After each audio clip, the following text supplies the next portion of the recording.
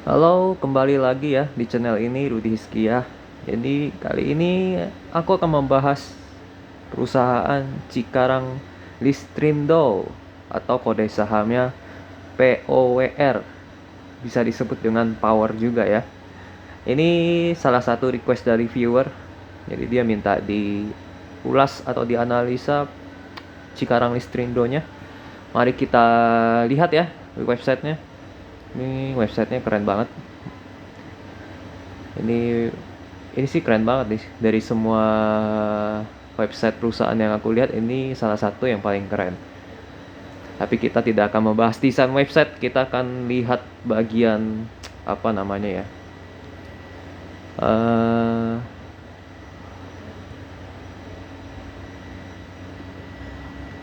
semua hal tentang perusahaan ya. Tapi di websitenya lumayan sulit loh ya untuk kita cari tahu ininya. Tombolnya pun juga susah nih. Wah, ini website yang desainnya gagal nih ya. Sayang sekali kita nggak bisa lihat yang dalam-dalamnya. Padahal aku sudah ubah ke desktop ini ya. Jadi masih sulit juga. Mungkin di bawahnya ada ini. Nah, ini di bawahnya untungnya ada link. Kita lihat organisasi strukturnya.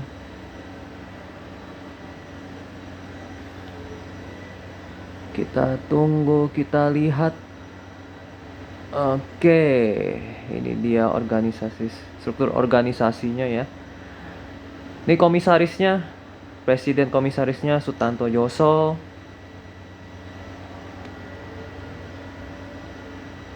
Dan kawan-kawan ya.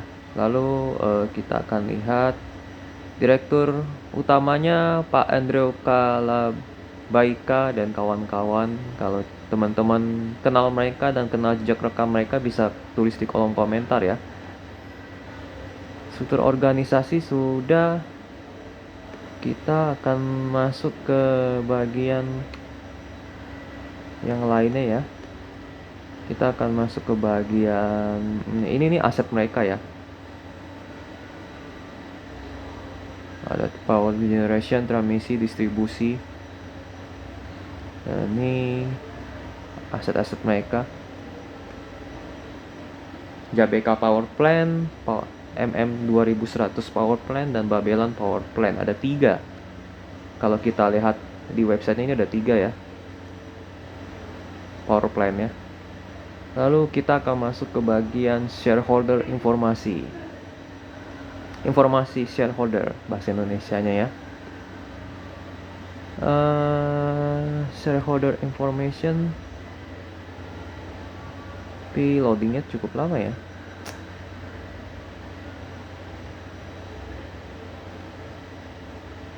Oh, di bagian bawah. Oke.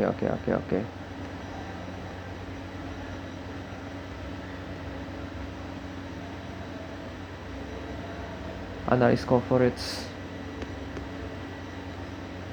Tidak ada ininya ya. Yang tidak ada ternyata ya. Sayang sekali ya. Apa berupa bentuk ini kali ya? Oh, ini dia. Ternyata dalam bentuk PDF. Nah, ini pemegang saham dari Power ya. Pengendalinya itu adalah PT Udinda Wahana Tama, Brasali Industri Pratama, Penta Kencana Pakar Perdana. Inilah pengendali dari perusahaan Power ya, atau Cikarang Listrindo. Dari manajemen ada 1%, masyarakat hanya 12%. Saham treasury 1,97%. Oke, kita sudah tahu pengendalinya. Jadi kalau teman-teman mau cek rekam jejak ketiga pengendali ini, bisa cek di Google Search ya. Bisa ketik kasus, terus nama usahanya apa, tinggal search gitu. Ini pengendalinya sudah diketahui. Ada nama Brasali Industri. Brasali tadi kita lihat ada nama orangnya di jajaran direksi atau komisaris ya. Lalu kita akan lihat ke bagian aku rasa sudah cukup lah ya. Ini perusahaan yang menyediakan listrik atau jualan listrik ya. Oke, kita langsung masuk bagian laporan keuangan. Nah, ini laporan keuangannya. Aset lancarnya porsi paling besarnya itu di cash atau setara cash, dan ini adalah porsi yang bagus. Aku suka banget kalau ada perusahaan yang cashnya banyak. Lalu porsi nomor 2 itu di investasi ya, 145. Ini dalam bentuk US dollar ya. Dalam disajikan dalam dolar Amerika Serikat. Jadi cashnya 250 juta US dollar. Investasinya 145 juta US dollar. Investasinya dalam bentuk apa? Kita cari nomor 6 sama 28 ya. Kita coba cari dulu. Nomor 6 sama nomor 28. Oh, sudah kelewatan nomor 6. Ya, mereka itu investasi dalam bentuk apa?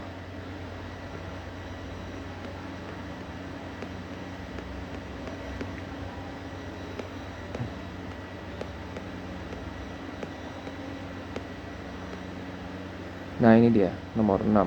Oh, ini persediaan, ini nomor 6. Mereka investasi dalam bentuk deposito berjangka. Lalu ada dolar Amerika Serikat, obligasi ya, obligasi reksadana. Jadi investasi mereka bentuknya aman ya. Karena dapat deposito berjangka, obligasi. Oke, ini bunga obligasinya. Jadi aman, super aman investasinya, jadi tidak ada hal yang begitu beresiko lah ya. Oke, kita kembali ke halaman aset tadi. Aset lancar ya. Aset lancarnya jadi mudah dicairkan ini investasinya karena dalam bentuk deposito dan obligasi. Jadi total aset lancarnya ini sekitar, atau uang yang bisa diuang cashkan ini sekitar 300 lah ya, 395 juta US dollar. Aset tetapnya 700 juta US dollar. Tapi kita akan bandingkan dengan aset lancarnya ini, kita bandingkan dengan kewajiban jangka pendek mereka ya. Oke. Kewajiban jangka pendek mereka sangat kecil, hanya 43 juta US dollar, jadi bisa dibayar dengan uang cash langsung. Utang usahanya langsung lunas ketika, atau semuanya langsung lunas ketika, jadi tidak ada masalah. Utang wesel ini yang paling tinggi ya ternyata, di biaritas jangka panjang 542 juta US dollar. Harusnya ini juga mudah dibayar karena ini sifatnya jangka panjang, tidak ada masalah ya.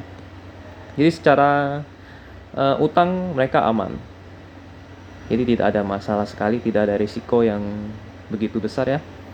Kita akan bandingkan total modal utang dengan modal investor ya. Modal utang mereka ada sekitar 645 juta US dollar.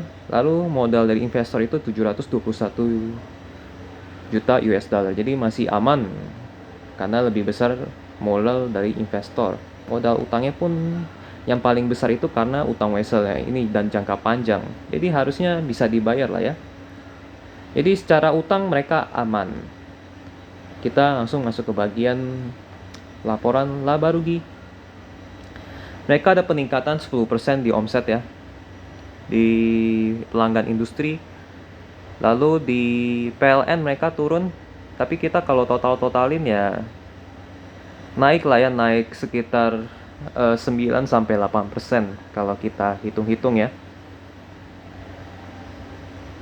Ya, naik sekitar 8-9%, masih di bawah 10%.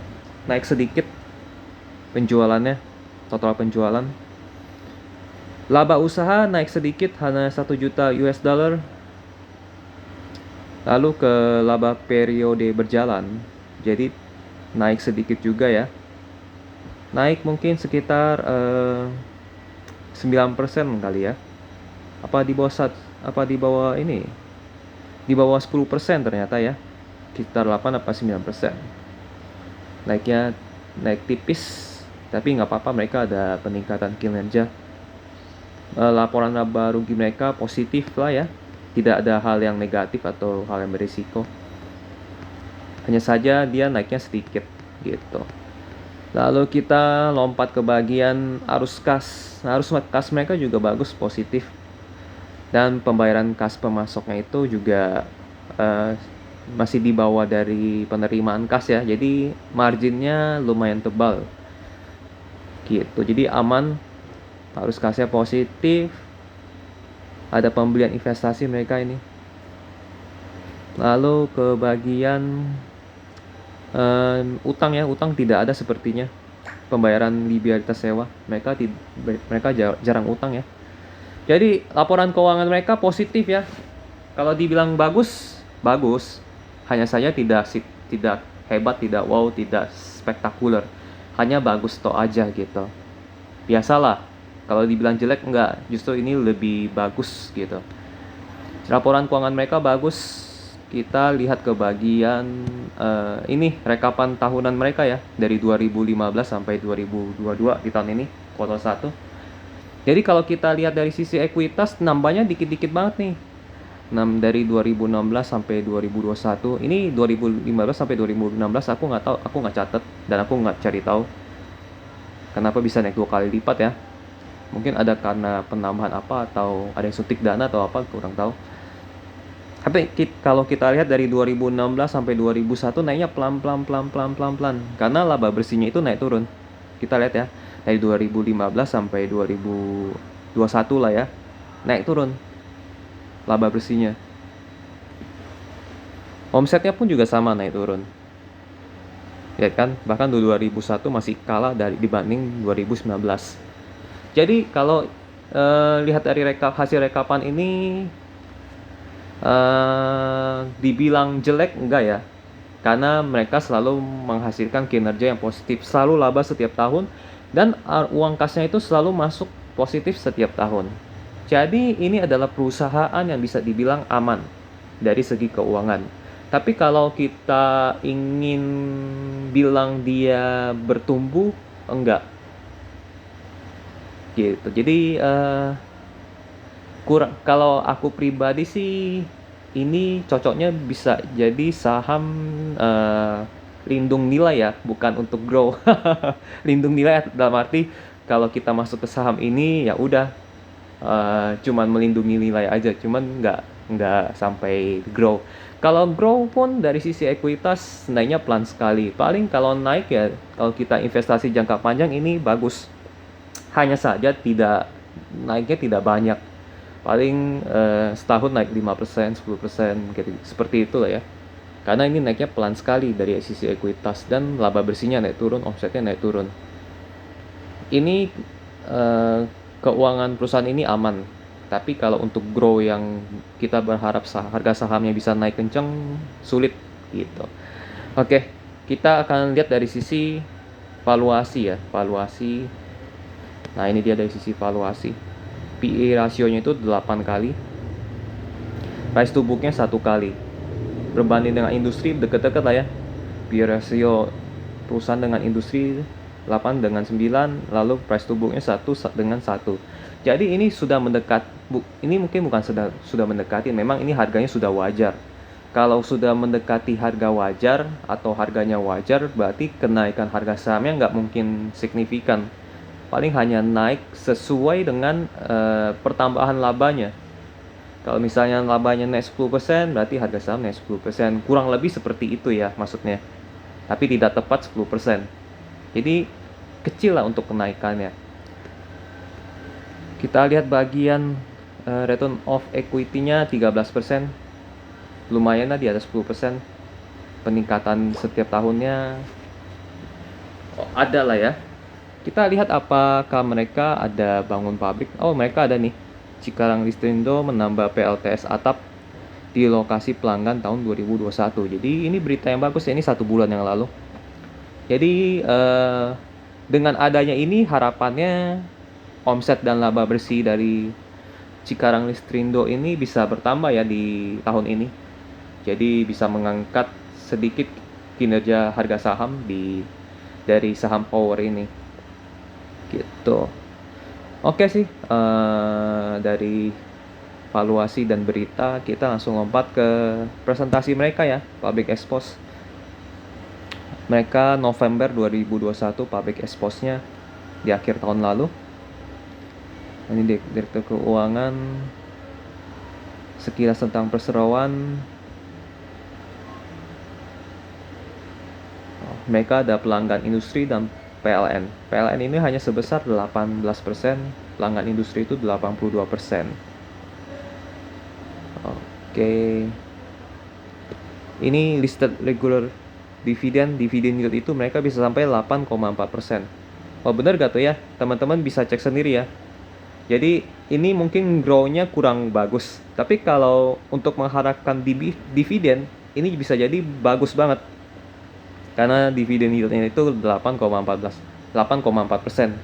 Di atas udah menyamai bunga obligasi lah ya. Lumayan lah. Deposito aja 3 kali lipat ya. Jadi ini oke nih kalau teman-teman bisa dapat dividen 8,4%. Meskipun grow mereka pelan sekali ya, harga sahamnya naik. Kita lihat ke aset-aset mereka ya. Ada 5 ternyata ya. Jadi pembangkit listrik berbahan bakar gas dan uap. Ini yang pertama kali. Lalu pembangkit listrik berbahan bakar gas. Lalu yang nomor 3 berbahan bakar batu bara. Yang nomor 4 transmisi dan distribusi. Nomor 5 energi terbarukan. Ini baru pasang di Oktober 2021 ditulisnya ya. Dan sedang menyelesaikan proses commissioning pada kuartal 3 2021. Oke. Penyedia tenaga listrik swasta yang beroperasi paling lama di Indonesia. Waduh, keren nih. Ini ada peningkatan ya. Kapasitas ya. Kapasitas produksi listrik mereka.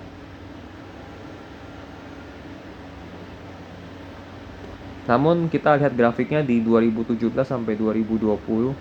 Jadi kayak mereka kayak datar gitu, tidak meningkat. Semoga nanti ada peningkatan di tahun ini sih. Biar teman-teman yang ada invest di saham ini bisa mendapatkan kenaikan harga saham yang lumayan. Rekam jejak yang sudah terbukti. Jadi ini pembangkit listrik dari swasta mereka tulis ya, bukan dari pemerintah. Harusnya sih kalau dari swasta mereka fokus ke kualitas ya, jadi tidak ada hal-hal yang terjadi yang aneh-aneh seperti korupsi dan lain-lain. Jadi harusnya sih kinerja mereka baik. Jadi mereka mulai proyek solar panel ya di 2019, energi terbarukan. Bagus karena batu bara ingin ditinggalkan. Jadi mereka siap-siap untuk energi terbarukan.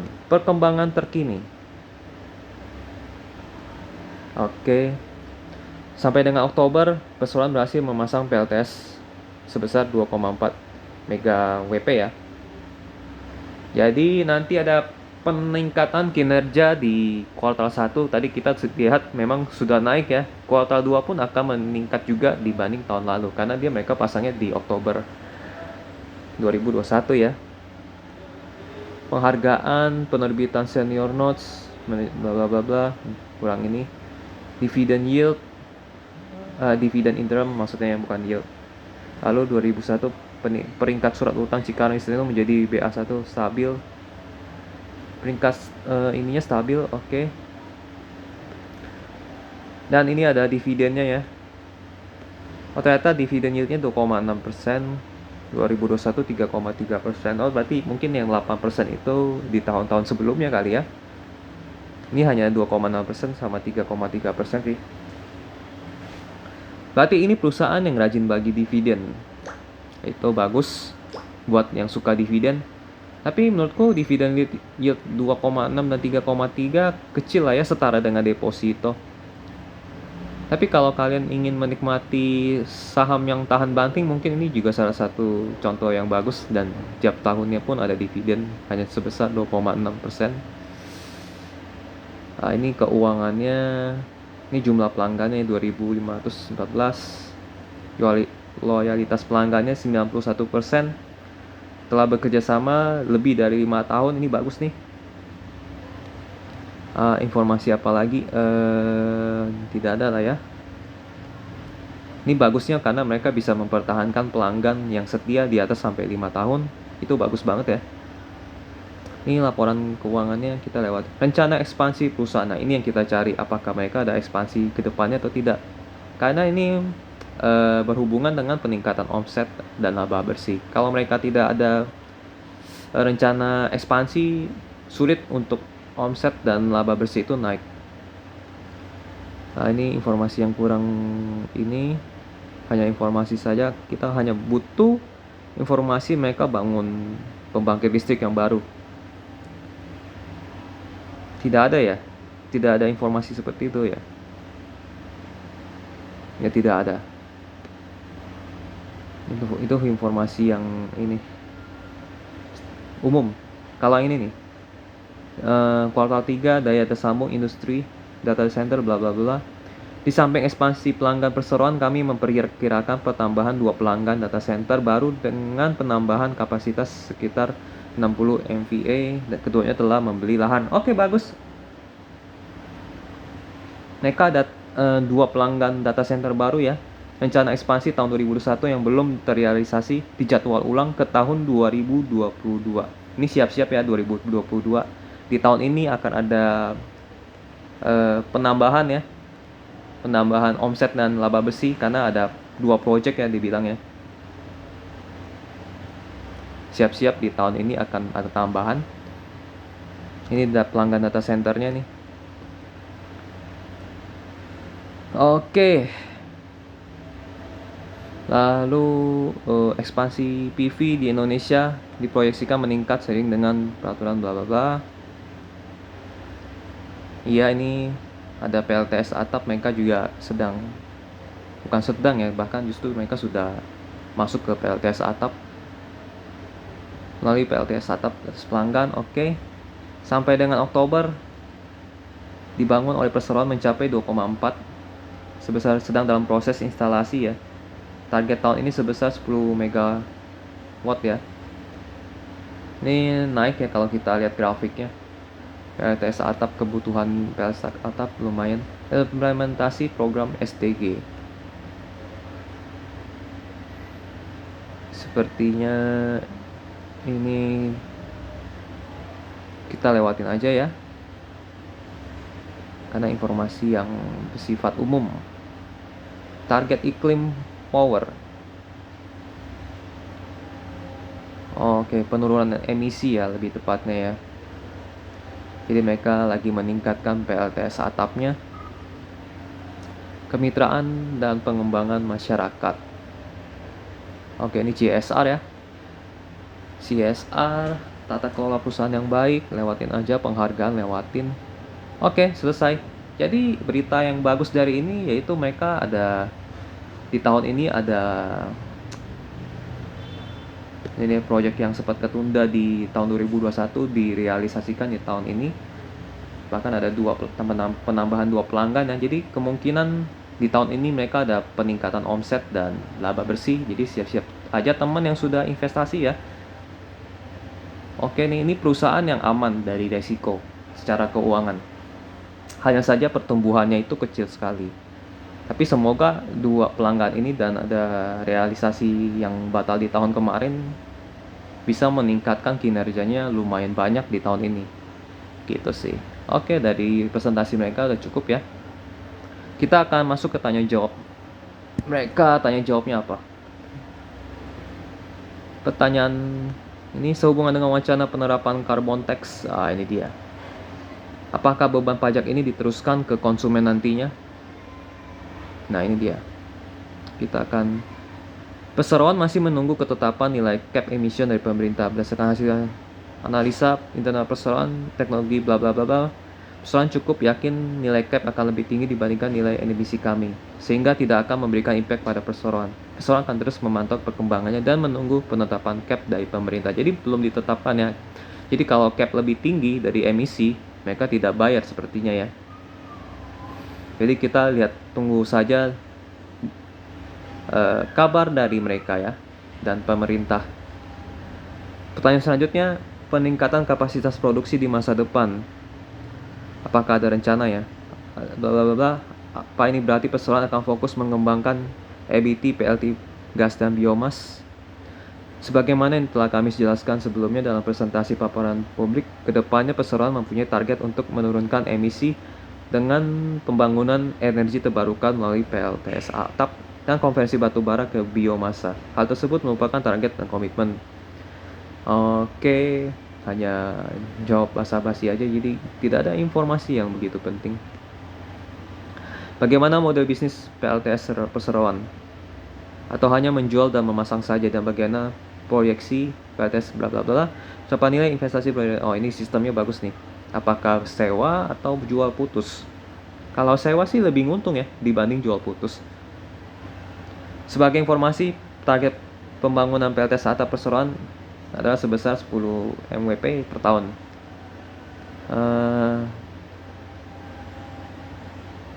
Sehingga apabila dilihat dampaknya belum signifikan dapat dirasakan dalam jangka waktu dekat. Iya, masih kecil ya. Skema perseroan saat ini adalah melakukan pemasangan di atas atap para pelanggan, dan perseroan menjual listrik energi terbarukan kepada pelanggan. Skema yang ditawarkan bukan berbentuk sewa, karena setiap pemilik LPS atap harus memiliki izin sesuai dengan pemberaturan pemerintah. Adapun perseroan telah memiliki izin untuk melistriki 5 kawasan di industri tersebut, sehingga akan lebih mudah bagi perseroan untuk melakukan pemasangan di atas atap pelanggan dan menjual listrik kepada pelanggan tersebut. Jadi mereka menjual listrik, bukan sewa. Jadi mereka pasang alatnya lalu mereka jual listriknya. Alatnya tidak dijual, hanya ditaruh aja langsung, lalu mereka jual listriknya aja begitu. Nilai investasi bla bla bla bla bla bla. Oke. Nggak ada informasi yang ini. Apakah Power akan masuk industri elektrik cycle? Nah, ini pertanyaan bagus. Kendaraan bermotor bla bla bla, kapan mulai beroperasi? Antisipasi perkembangan EV melalui pilot project untuk mobil operasional perusahaan. Terlebih dahulu, perseroan telah membangun stasiun pengisian kendaraan listrik di area operasional kami dan mengganti mobil kami dari konvensional ke EV, serta melakukan analisa secara teknikal daripada SPKL ini. Tentunya hal ini sangat menarik ke depannya, di mana 5 kawasan industri yang dilayani perseroan memiliki luas sekitar 5.500 hektar ya. Dan bisa dibayangkan berapa banyak motor dan mobil yang potensial apabila semuanya pindah menjadi energi listrik. Tentunya ini akan meningkatkan penjualan KWH listrik perseroan ke depannya. Potensi tersebut akan menarik sehingga kami melakukan pilot project internal untuk analisa daripada bisnis ini. Perseroan juga telah berdiskusi dengan developer kawasan industri terkait ide untuk pemasangan di daerah mereka. Mengenai animo para pelanggan dan perkembangan daripada electric vehicle ini, potensi ini mungkin akan dapat mulai terlihat tahun depan dengan dukungnya banyak pilihan jenis EV bagi konsumen, sehingga akan membuat bisnis EV ini lebih marak. Perseroan bersama dengan developer mengambil sikap wait and see. Perseroan siap untuk melakukan investasi terkait SPKUL di 5 kawasan industri apabila diperlukan. Jadi masih pilot project ya. Mereka masih lihat-lihat dulu, belum mau masuk karena semua tergantung dari pasar ya. Bagaimana rencana ekspansi ke depan? Apakah ada arah ekspansi ke pulau lain atau provinsi lain, ataukah terdapat rencana akuisisi atau peluang ekspansi lainnya? Bagaimana target dan timeline-nya? Ini pertanyaan bagus juga. Apakah ada ekspansi? Jadi omset dan laba bersih bisa bertambah kalau ada ekspansi. Rencana ekspansi keluar ke area kawasan industri Cikarang sudah menjadi hal yang kami perhatikan. Perseroan telah sejak lama melakukan riset potensi-potensi yang ada, review aset-aset yang available in the market, dan tender PLN yang ada. Saat ini belum terdapat timeline dan dapat kami informasikan. Agenda jangka pendek perseroan sebagaimana telah kami paparkan sebelumnya adalah rencana ekspansi yang ada di kawasan industri kami. Perseroan belum memiliki komitmen untuk ekspansi keluar, dan saat ini masih melakukan review dan observasi. Jadi kalau masih di dalam masih banyak digarap ya di dalam aja sih. Yang di luar-luar nanti aja. Jadi jangan sampai di dalam ini diambil orang lain, lebih baik mereka fokus di dalam. Itu keputusan yang bagus. Jadi oke lah ya. Untuk data center ke depan sepertinya akan berkembang di Cikarang. Kira-kira seberapa besar listrik yang dibutuhkan bla bla bla. Bagaimana strategi perseroan untuk pengembangan data center serta terkait penambahan kapasitas 60 MVA dapat dijelaskan beberapa tambahan series ke depan. Nah, ini pertanyaan oke juga nih. Berdasarkan informasi yang perseroan dapatkan dari pelanggan, peningkatan kapasitas sampai 160 MVA Ini merupakan suatu yang harus kami persiapkan secara kapasitas sebelumnya. Perseroan juga memiliki perjanjian jual beli listrik dengan PLN dengan total komitmen kapasitas 300 MW ya, yang terdiri dari perjanjian tahap pertama dan kedua. Perjanjian tahap pertama sebesar 150 MW dan yang dimulai sejak 96 dan telah diperpanjang beberapa kali, berakhir pada 4 Januari 2020. Berakhirnya perjanjian tahap pertama itu menyebabkan perseroan memiliki available capacity yang dapat dialihkan ke pelanggan industri. Salah satunya industri DC yang mulai meningkat sejak tahun 2019. Hal ini tentunya berpengaruh positif, di mana perseroan dapat menjemput demand dari DC tanpa melakukan capex untuk ekspansi yang besar karena pembangkit sudah ada dan perseroan tinggal mengalihkan kapasitas yang ada. Demikian strategi kami. Sehubungan dengan sales kepada industri DC mungkin dapat diformulasikan dan diproratakan dari posisi kami saat ini, di mana kapasitas terpasang industri DC ada sebesar 63 MVA dan kontribusi sekitar 4% dari penjualan listrik kami ke pelanggan industri. Oke, nice. Jadi pelanggan PLN berhenti tapi bisa dialihkan ke industri, pelanggan industri ya maksudnya ya. Dan rencana ekspansi ke depan ya sama seperti sebelumnya ya. Perihal peningkatan konsumsi listrik, apa usaha konkret power yang sudah dilakukan untuk mencari tambahan revenue signifikan menggantikan kontrak PLN yang tidak diperpanjang tahun 2020 tersebut? Sebagaimana jelas tadi udah dijawab, lewatin aja. Kenaikan harga LJN batu baru untuk bla bla bla.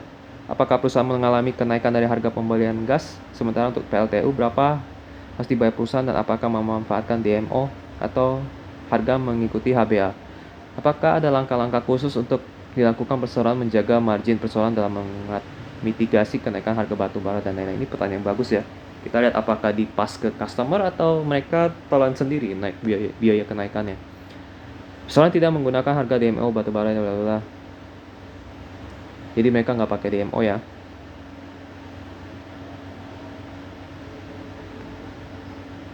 Belakangan ini terdapat kenaikan harga energi primer yang dapat Bapak Ibu lihat dari berbagai berita. Harga gas tidak mengalami perubahan karena berdasarkan pada kontrak perseroan dengan Pertamina dan PGN.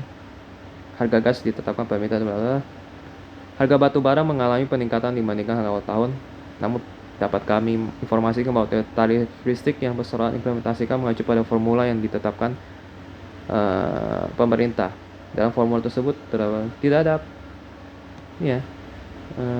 namun kami dapat informasikan bahwa tarif listrik mengacu pada formula yang ditetapkan pemerintah. Dalam formula tersebut terdapat komponen harga bahan bakar yang dapat disesuaikan secara otomatis berdasarkan inputan yang ada, sehingga margin daripada perusahaan tetap terjaga. Oke.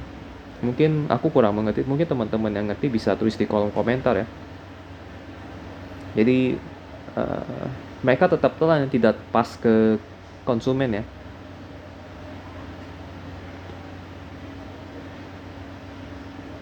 Ya tidak ada informasi tentang pas konsumen.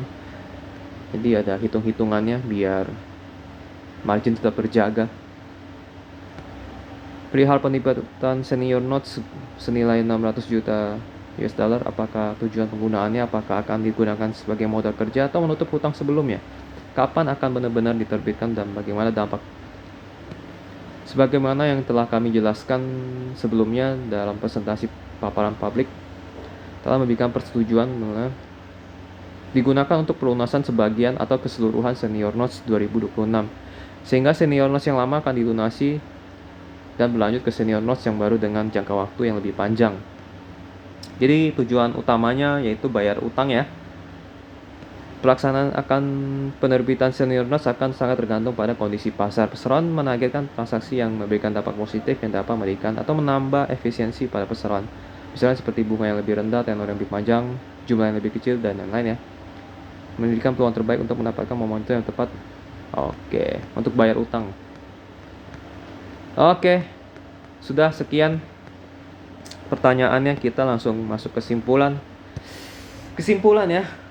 Oke, keuangan mereka tidak ada hal yang negatif, positif lah ya. Dan kinerja mereka pun setiap tahun ekuitasnya terus bertambah. Hanya saja omset dan laba bersih mereka naik turun. Uang kas mereka selalu positif. Jadi keuangan mereka aman. Meskipun ada utang dalam jumlah yang besar di jangka panjang, aku pikir harusnya sih aman ya. Jadi secara keuangan mereka aman. Kalau dibilang bagus, enggak. Dia masuk kategori standar lah ya. Hanya saja yang menjadi perhatian dia pertambahannya ini ekuitasnya kan, kalau kita beli saham sebenarnya sama dengan kita beli ekuitasnya. Jadi ini pelan sekali naiknya. Karena laba bersihnya naik turun dan omsetnya naik turun. Jadi kalau mau investasi ke saham ini apakah bisa? Bisa. Hanya saja kita tidak bisa berharap kenaikan harga saham yang signifikan. Mungkin harga sahamnya akan naik pelan-pelan dan mungkin akan, kalian kalau mau dapat dividen pun juga bisa kan. Dividennya tadi kita lihat sekitar 2-3% per tahun. Jadi lumayan lah ya. Kalau bagi kalian yang ingin santai, uangnya tidak turun secara drastis, naiknya pelan-pelan, boleh ke saham ini. Mungkin bisa juga trading jangka pendek lah ya. Kan kalau trading jangka pendek mungkin lumayan lah ya. Kalau misalnya ada kenaikan 2% atau 3% dalam sehari atau 1% dalam sehari, oke. Tapi kalau untuk investasi jangka panjang, kalau dibilang menarik atau tidak, kalau aku sih kurang menarik. Kalau aku pribadi ya, karena pertumbuhannya pelan. Aku lebih suka kalau saham itu pertumbuhannya itu cepat dan besar lah ya, terutama dalam sisi pertumbuhan ekuitasnya gitu. Itu aja sih. Apakah ini layak diinvestasikan? Layak diinvestasikan, tapi kita tidak bisa berharap kenaikan harga saham yang signifikan ya, karena kita lihat sendiri pertumbuhannya pelan sekali ya. Dari sisi ekuitas, laba bersih juga naik turun. Jadi tidak bisa berharap banyak bisa diinvestasikan, tapi kita jangan berharap banyak lah dari ini.